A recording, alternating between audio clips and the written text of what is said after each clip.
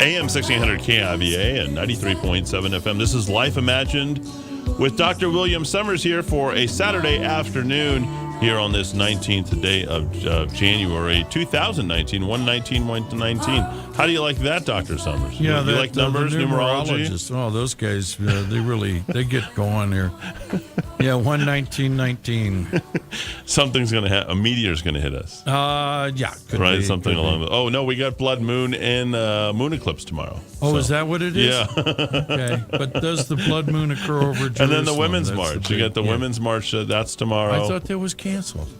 The Women's March? No. Well, I mean, they were having trouble getting themselves sorted out in one way or another. You mean the anti-Semitism, or was it the fact that the fact there were two Linda white. Sarsour? I mean, which part? Yeah, there were two white, and they're no longer wearing their hats.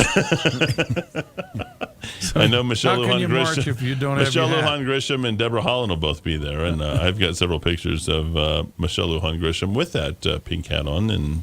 A memorable moment in the history of America. The founding fathers would be proud. There's no question. They certainly would. On this edition of Life Imagined and Dr. William Summers' medical program, we'll talk about Lyme disease. We'll also discuss the virtues of oatmeal, steel cut. You know, they always sell you that whenever you go someplace. You get to just steel cut. What's the difference between the steel cut and the highly processed? We'll get into all that. The dangers of sunlight.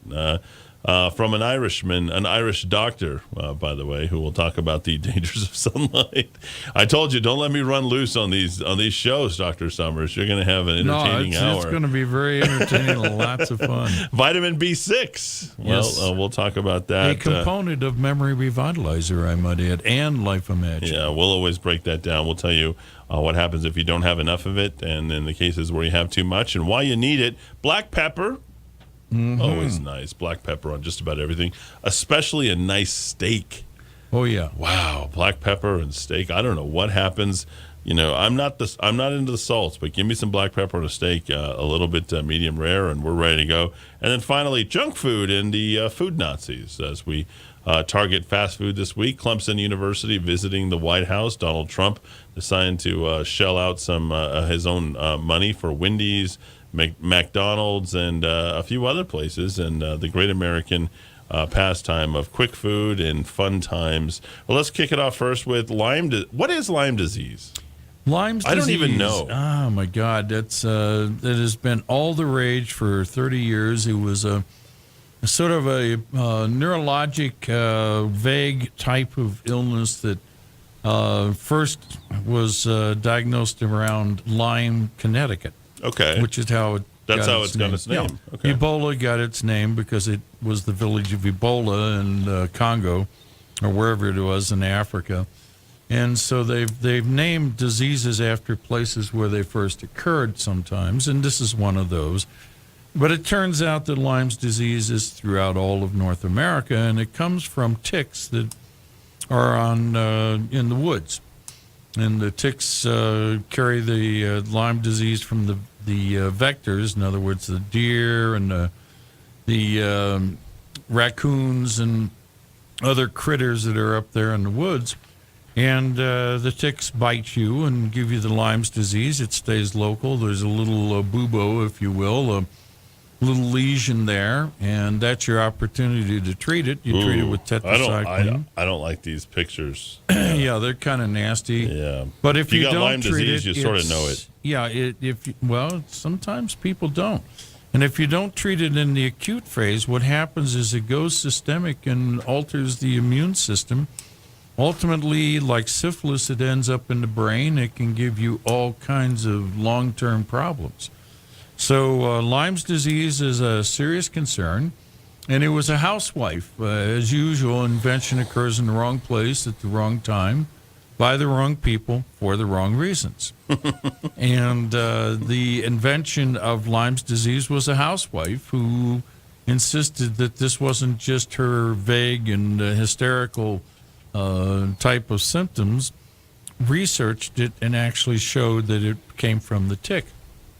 So the question of the day is, what, if anything, can we do about Lyme's disease? And, of course, the answer is get a pet opossum. Really? Well, they're nasty little critters if you know much about opossums. And But I understand that they're quite mean, too. oh, yes. Yeah. Aggressive. You always think of marsupials as being this cute little things. And koala bears docile, and all and they retreat, but the opossums don't retreat? Not on my back porch, they don't. Usually they'll beat up any dog I have, so I just I don't feed my dogs on the porch anymore because it's either raccoons or it's opossums. But anyway, it turns out opossums love the taste of ticks. They are little Hoover machines. They're little vacuums that run around killing up to 4,000 ticks every week. So I suppose the opossum will run over to a deer or a bear or something that has ticks on it and just hoover it up. And, of course, the habit of ticks is they get on weeds.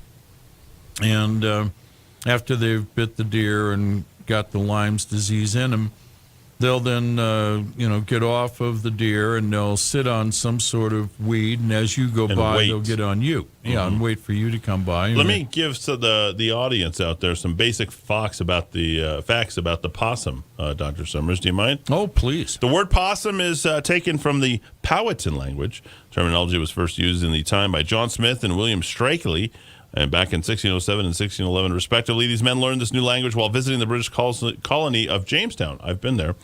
Strakely later described the animal he saw as a beast, which was as big as a pig. As per the observation of Smith, the head was similar to that of swine, the tail was like that of the rat, and the size of that of the cat. That's a good description. Do you like that? So I like that. Similar to that of swine, the tail was like a rat, the size of that a cat. The meaning of the word opossum is the native language, the white dog or dog-like beast. They're little dog rats. The other name, the same as a possum. This is how it is known as the southern United States and the Midwest.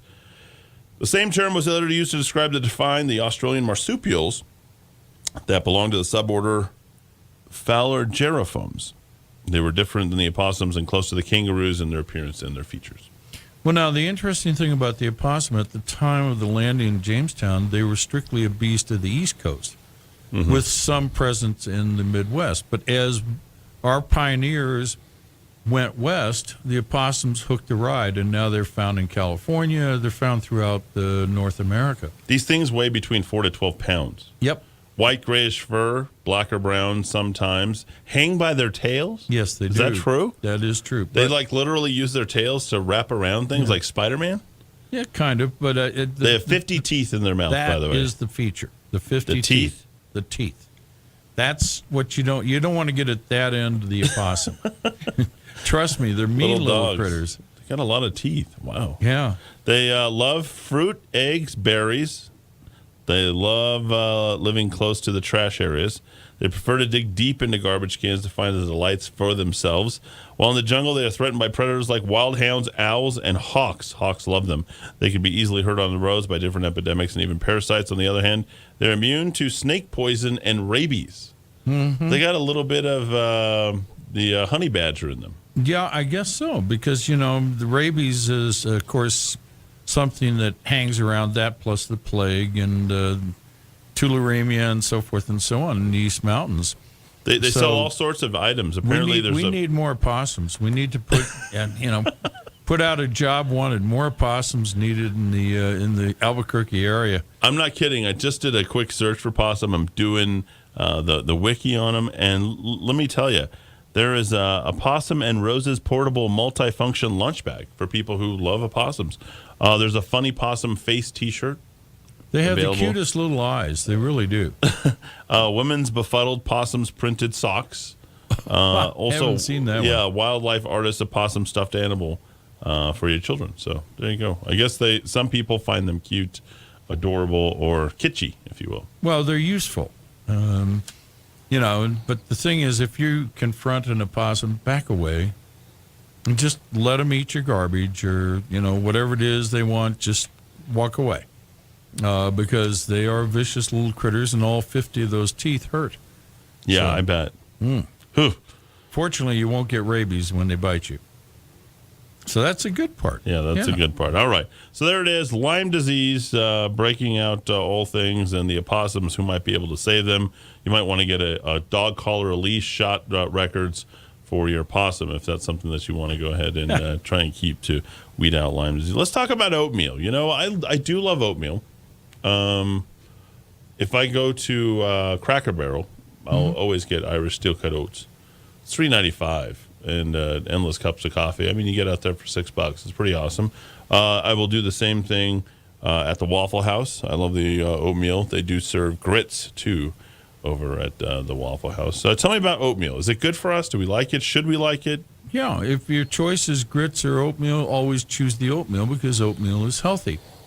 You know, this goes back. In fact, the theme of the show today is going to go through where the pundits and the experts say, "Oh my gosh, don't eat eggs or don't eat butter," and that sort of thing.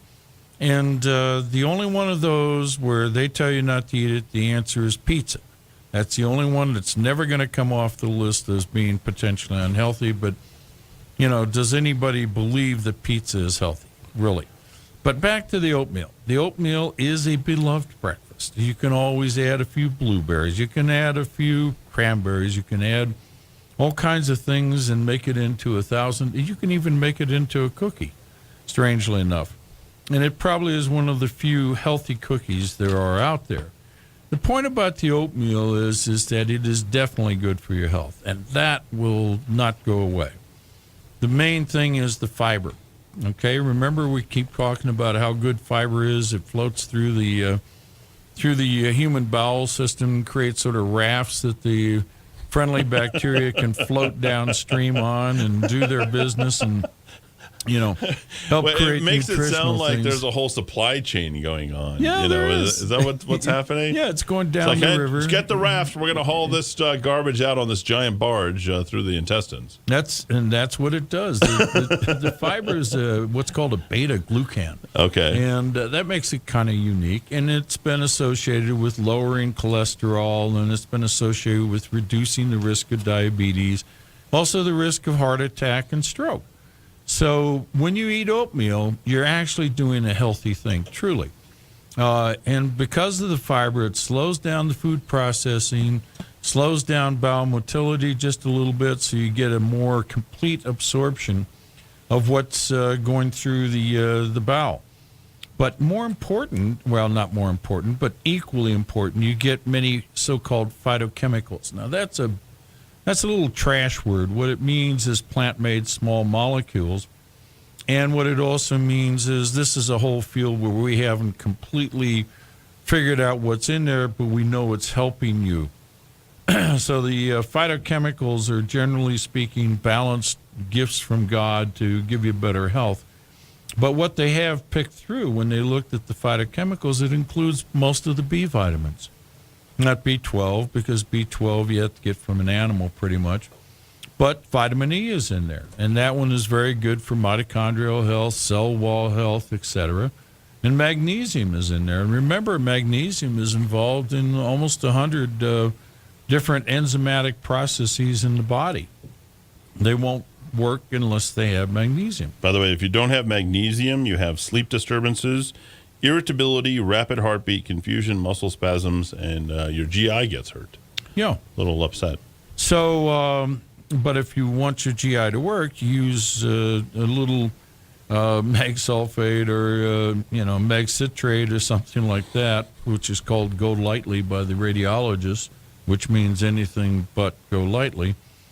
And your bowels will evacuate as if they were emptying out the mall. Anyway, so Quaker Oats is good. Okay. All of them are good. You can steel cut them or uncut them. Difference? Do you have a preference? I'm sitting down with Dr. Summers eating breakfast. Does Dr. Summers order regular oats or steel cut oats? I just, Quaker comes in both flavors. I just like the regular oats, I don't know as if the steel cut is all that big a deal. I'd have to research it further. But the oats themselves, I mean, they just taste healthy. I grew up on Post Toasties and Quaker Oats, by the way. I thought that's what... Corn flakes are not particularly healthy. Yeah, the Post Toasties were different. Have a correction. Yeah. We were talking about Kellogg, and that I mentioned that Kellogg had passed away. John Kellogg, I think, is the guy's name. with heart problems, and of course he was a big health nut. You got to eat, your cornflakes, and you got to eat your Wheaties and all this type of thing. And so we had a listener that said, no, the man died by suicide. Yeah, that's probably true, but my recall is he also had some cardiac issues that were going on, as opposed to Paul Bragg. And Bragg lived into his 90s, was a surfer and all that. Apple cider fame, by the way. Apple cider fame, and he was also into enzymes. But so still dating the girls in their 20s when he was in his 90s. Huh? Yes, he was. he was like a chick magnet. Have you seen The Mule yet? It was fantastic. Did you enjoy it? Yeah. I didn't think I would. The topic of a drug runner in his 90s just sounds like it's going to be a turnoff. Yeah. But if I, so I went, with faith in Clint Eastwood as having the ability to take a topic like that and turn it into something that is just phenomenal. You'd never get the full redemption with him, and he certainly knew the rascal that he was. I think the only issue for me that I had with him morally is he knew that he was off, and he knew what he was doing, and I wish he would have gone back earlier. For me, you're talking about in the actual, just being with him and his family. Yeah, I think that was one of the things for him that was, a little bit. And, he's always seemed to like that. He certainly liked that particular character in Gran Torino as well. Yep. Exactly. I think that's kind of like the rugged man who's going to, be stubborn and rigid and stick to his guns like all the way through. And there's nothing wrong with living with the soft underbelly for a time and being sensitive and available, at least a little bit more in his life, because I think it could have really impacted the people around him. Just like that thing at the very end of The Mule, I think could have transformed everybody around him for a long time. That was like the only thing. But, nonetheless, he tried to atone and for his sins throughout his life, and I think that was interesting. I just really wish that he had done it earlier. That's all. Yeah. That was like one of those things. But then you wouldn't have had the story. You wouldn't have had the story, but, the desperados, right? That's certainly what he was. By the way, we're speaking with Dr. William Summers. He is the inventor of Life Imagined. You can pick it up at local stores, included Moses Country Store, Durand Central Pharmacy, Sam's Regent Pharmacy, Best Buy Pharmacy, Manal Pharmacy, as well as the Evergreen Herbal Market, Village Apothecary, and Cedar Crest. You can visit the website memoryrevitalizer.com. Please do so and pick it up. Or go to Amazon.com, despite Jeff Bezos getting into a tussle with his soon-to-be ex-wife and taking half. She's now going to be the richest person in the world, richest woman in the world, excuse me. You can also order it direct at 800-606-0192. That's 800-606-0192. Just a quick minute on that. Jeff Bezos, of course, born here. His dad, I believe, still lives here, moved to Phoenix, Arizona for a time, and then now you have Jeff Bezos worth $137 billion. His wife will likely get about $65 billion, or $68 billion, excuse me. Hey, he could build the wall. He could, but he won't, not given where his politics are. But your thoughts on that in the system? We can look back on the types of separations and divorces that have happened in the past, and the way the government gets involved with it. I got to tell you, I don't know his wife, but I certainly would attribute to Jeff Bezos. I wouldn't say that she's worth half of what his fortune is. And that's just something that just kind of comes to me immediately, the government getting involved in someone's, personal relationships. I don't know. My thinking is a little more biblical in that department, and that is it's an equal share partnership. Okay. And that when you are successful, behind you is the woman who helps you become the success. Now, she may pester you until you decide to go out and become the success. Or, on the other hand, she could be the wind beneath your wings. Either way, her influence is part of why you are successful. And as a consequence, I'm not too off with, give them half. And wish them well, and you go your way, and they can move on and go their way. And I know that's a little cavalier and all that sort of stuff, and it's not a women's lib point of view. It's just the estate that you put together together, I think half of it's the woman's and half Okay. of it's the guy's. I could always count on you to have an opinion about things that are sensitive, and I think that that's important because oftentimes people don't take those things, and yours comes from a values perspective, being rooted in the Bible, of which you believe in, and I think that that's so important. So I appreciate you giving your insight on that. Now, one thing I'm not so sure I'm into is the old Solomon thing of hold the baby up and cut it in half and hand half of it to one mother and half of it to the other mother, or in this case, half to the father and half to the daughter, or excuse me, half to the wife. I have seen a lot of catastrophes in the psyche of kids who are on that 1 week with mom, 1 week with dad program. I just, I think that needs to be rethought. I think that, somebody needs to sit down and spend a little time thinking about, gee, there must be a better way of doing this. And for example, it's very hard, I believe, for women to raise young boys into men. I think that's something that you're going to have a man's influence somewhere. Absolutely. You absolutely have to have that. On the same token, it's very hard for men to raise daughters without some influence from mature women. So how that's done really is decided on a case-by-case basis, but seems like the divorce courts these days just apply this, okay, you're going to spend 1 week at mom's, 1 week at dad's, and, there are so many sub-circumstances that make that unworkable. Sometimes it seems to work out better when one person leaves the state and the other person raises the kids. And then, I think it's for the summer they go over to the other person's place for a month or so. So anyway, that's just my thoughts on it. Let's talk about vitamin B6, Dr. Summers, inside Good segue. Life Imagined. well, the dangers of sunlight. I thought we would skip that for just a moment. Oh, We'll bring it back to that because we were in that dark crevice of family separation there. And let's go to the it's painful stuff. It is. Really is. It's hard. Yeah, B6 is a water-soluble vitamin. All of the Bs are water-soluble with the exception of B4. And B4 is actually choline, which is lipid-soluble.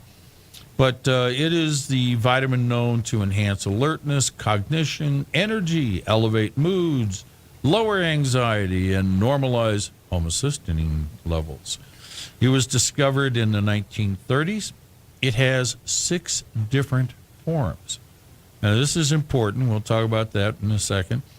But for that reason, it's called B6 because there's 6 different forms of it. There's the pyridoxal, the pyridoxine, and the pyridoxalamine. And then there are the phosphorylated, which would be the pyridoxal 5-phosphate, the pyridoxine 5-phosphate, and the pyridoxamine 5-phosphate. Now, the 5-phosphates are the action molecules, okay? Those are the ones that go do the work. But the pyridoxal, the pyridoxine are the pre-drugs or the prodrugs that have to be phosphorylated by the body. It turns out that there are rare cases, and we've seen one case in 20 years of someone who did not metabolize pyridoxine to the pyridoxine 6-phosphate. Excuse me, the pyridoxine 5-phosphate. And that's associated with a peripheral neuropathy because you get excessive amounts of pyridoxine that build up in the blood. But when we originally put the formulation together for Memory Revitalizer and also in the Life Imagined, we put a proportion of the B6 as the pyridoxal 5-phosphate.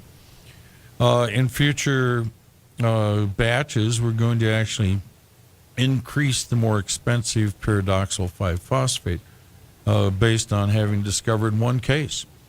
But back to what is pyridoxine, what does vitamin B6 do? Well, it improves circulation in the brain. Okay, it improves the blood flow through the brain, which is a good thing, which actually is then associated with decreased likelihood of Parkinson's, and I would add probably decreased likelihood of Alzheimer's.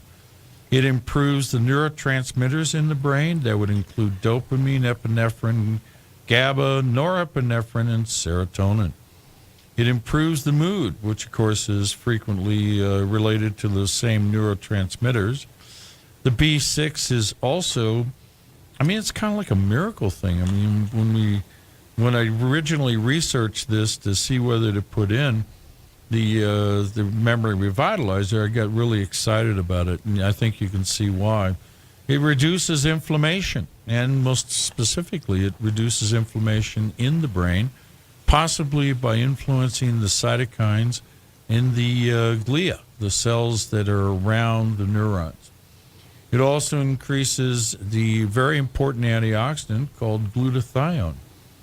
And that's the main rescuer of cell membranes in the brain. So you get to keep your brain with B6, and it works in concert with B9, which is folic acid, and it works in concert with B12. It does decrease Parkinson's risk by about half. Wow. Also, yeah, that's very impressive. That's huge, because that's the one thing that I'm thinking of. My grandfather actually suffered from Parkinson's. It's ultimately what didn't kill him, because Parkinson's doesn't kill you as a neurodegenerative disease. It just contributes to the decline of the quality of your life, of course. But vitamin B6, he did a lot of CoQ10, and then he had a lot of visions. Visual hallucinations. A lot of them. That's called Lewy body. Yeah, he had a lot of Lewy body, and then he was grabbing a lot of things that weren't there. And it's one of the things that I worry about with my family, in the hereditary part, because it is hereditary, is it not? Yeah, well, not really. I think in the end they're going to find that Parkinson's is some sort of initiating thing, such as a viral attack.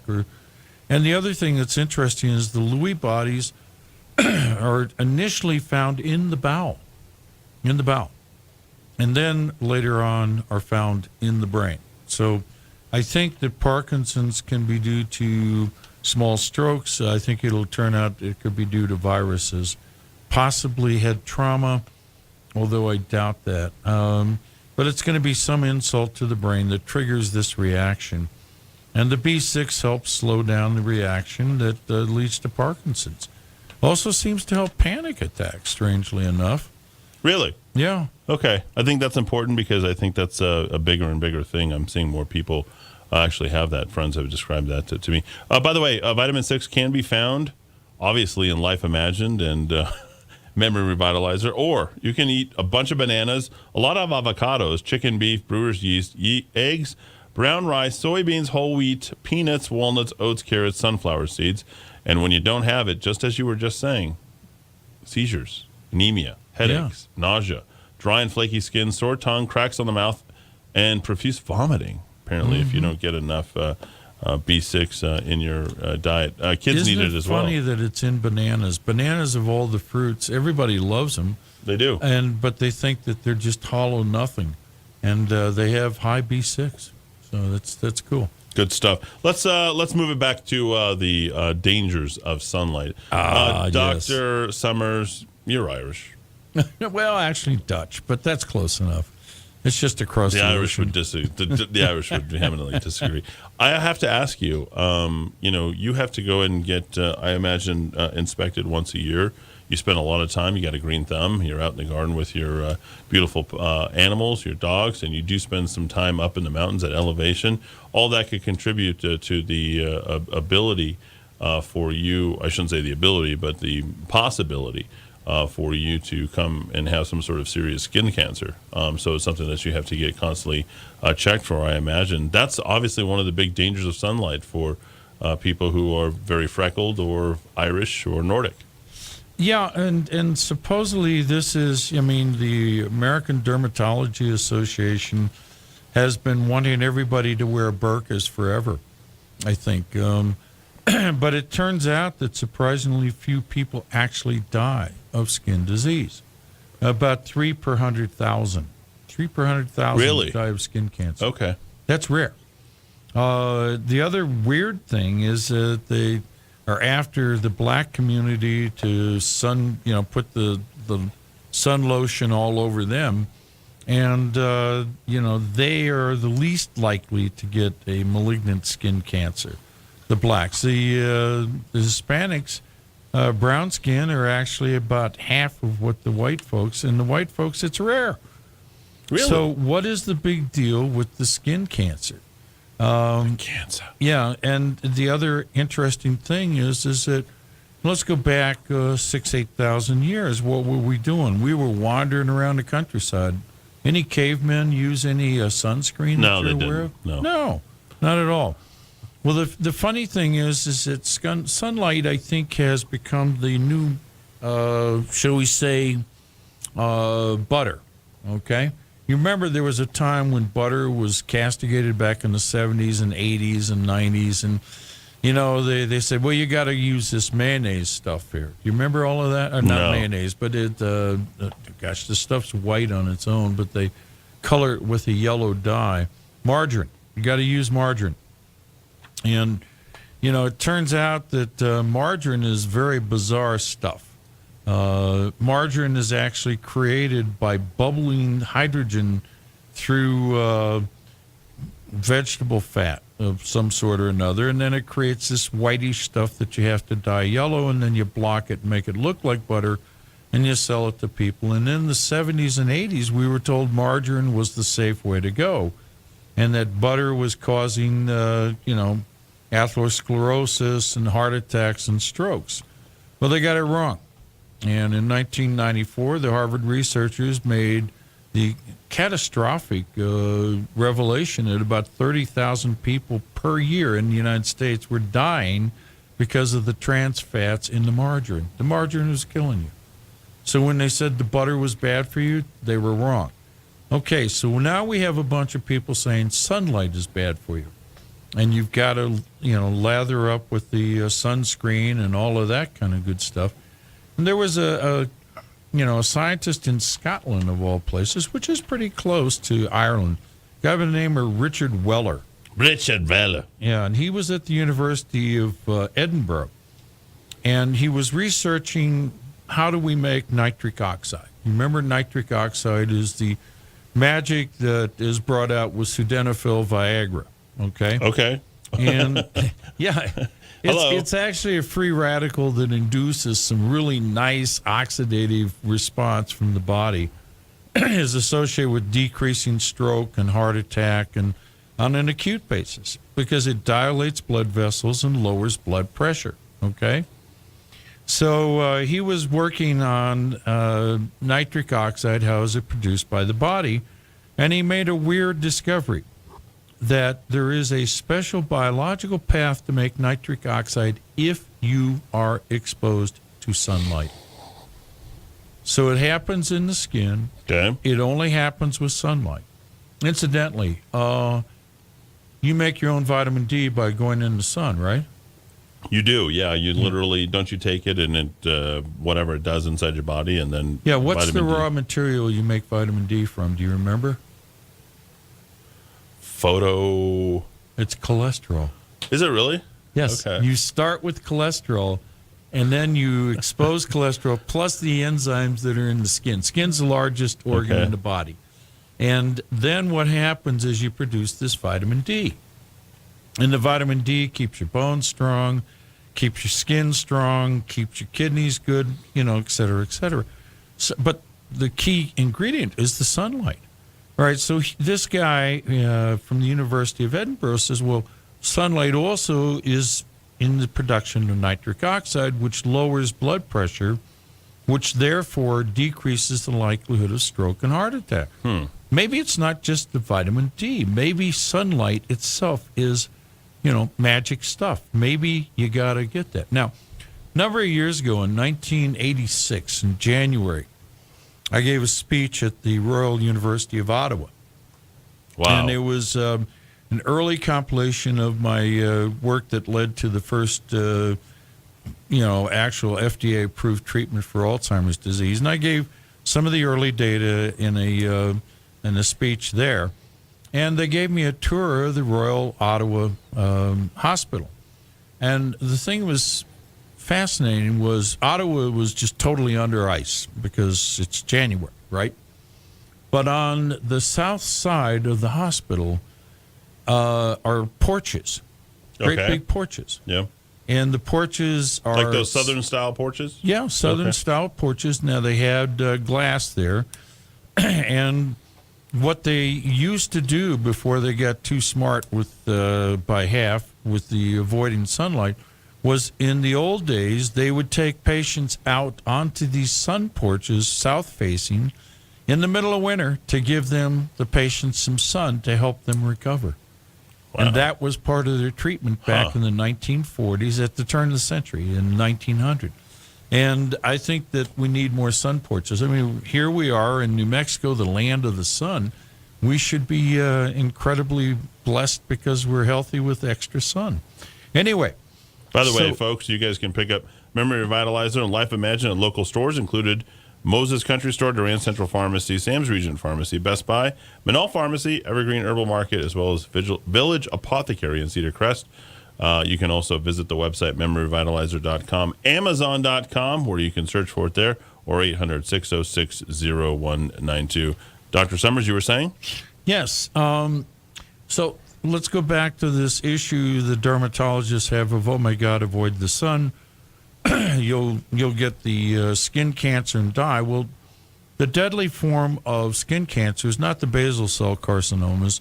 Those you just go down to the annual whatever and have them frozen off. They're rarely kill people. But the big one is melanoma.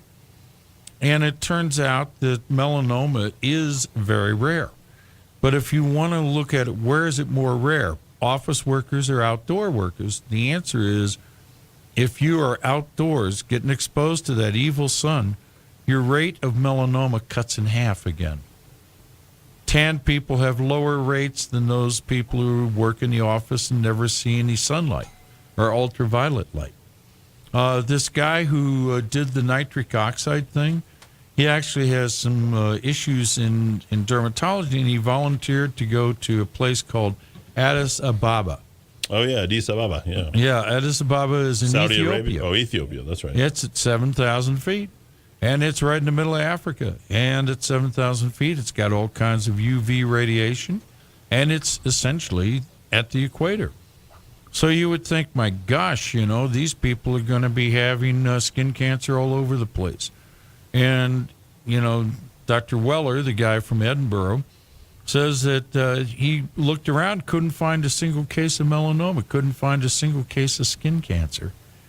And again, I was mentioning the rate of melanoma in white folks is 26 per 100,000. It's only 5 per 100,000 in Hispanics.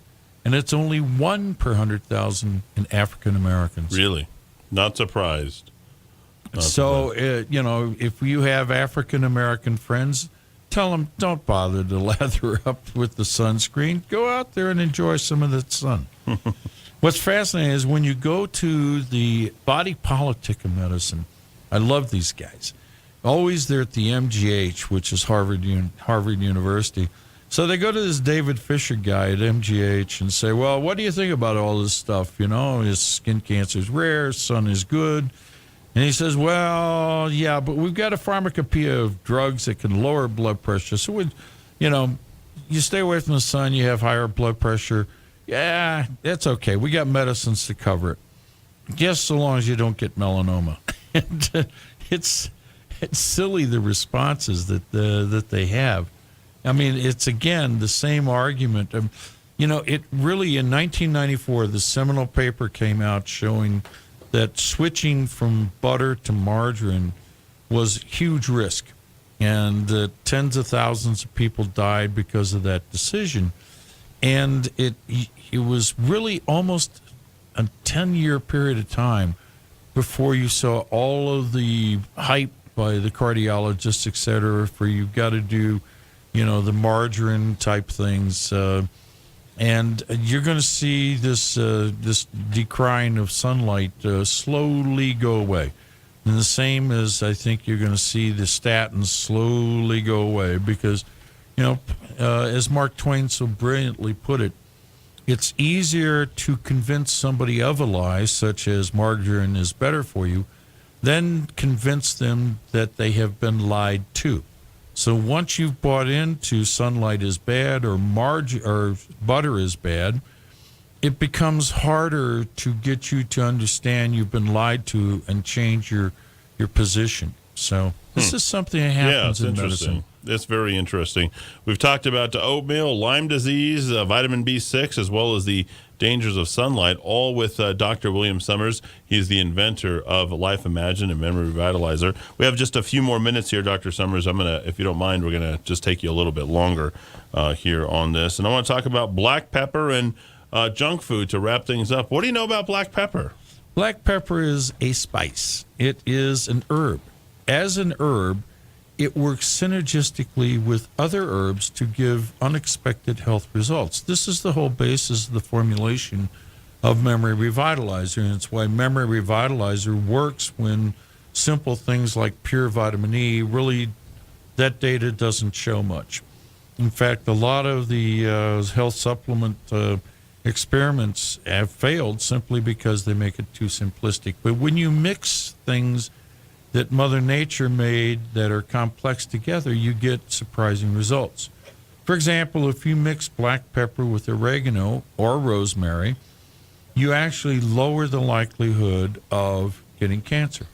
At least that is what the data suggests. Huh. The pepper also aids your digestion as much or more than salt, for example. And the pepper actually helps you absorb the curcumin and the resveratrol. So if you put pepper on your steak and have a glass of wine, the resveratrol in the wine will absorb better with the pepper. And curcumin, if you are having Indian food, etc., always add pepper. You get a little better result in terms of the absorption. If you're looking for the curcumin to help you with your arthritis, always add some pepper. So I guess that's kind of the short, simple thing. Pepper is a good thing to use in the turmeric, the spicy curry, that sort of thing. And it's an augmenting spice, an augmenting herb. Some people say more butter. Other people say more pepper, right? If we wanted to put pepper on the butter. There you go. All right, finally, speaking of maybe foods that aren't the best for you, butter is so good, but sometimes too much can be very bad for you. Junk food, and the food Nazis jumped all over Donald Trump this week, especially with regard to the Clemson Tigers receiving nothing but junk food, of that fast food that was there. Your thoughts on junk food? There seems to be a war on it all of a sudden from the liberals and the left. Oh, my God, they've gone nutty with it. They're, again, trying to declare that eggs are bad, and they're trying to declare butter is bad. And, you know, the food Nazis are trying to say that McDonald's, Taco Bell, and Wendy's, their mission is to kill their customers. You know, let's start off with the simple fact that their mission is to make their customers happy. And if they can make their customers healthy and happy, they will do that. Okay? So we have this recent attack. In fact, even the Daily Mail came out with McDonald's, Taco Bell, and Wendy's spend over $1 billion on TV ads to target the black and Hispanic kids. What is that? Women, orphans, and children suffer the most. Anyway, they promise that they're going to help the minority kids with healthier food, et cetera, et cetera. And at the same time, what they're complaining about is 82% of the advertising on Spanish language TV is for junk food. And I don't think it's all that junk. How much? 82%. Who quantifies this stuff? How do people even? I'd like to fact check that. You're right. This is the most ridiculous thing. Yeah. All I see is health food this, health food that. Even health food for your cats and your dogs. Yeah. I mean, and false outrage and virtual signaling is all this is. Well, let's go to the story they buried. The story they buried was, and we had it here on the show a couple of months ago. We did the show on the nutritionist, the famous nutritionist at Columbia University. It turned out he faked all the data. It just sounded good to him, and so, he pushed the kale and pushed the broccoli. Sure. And it turns out that he was the main nutritionist who was busy, advising Michelle Obama.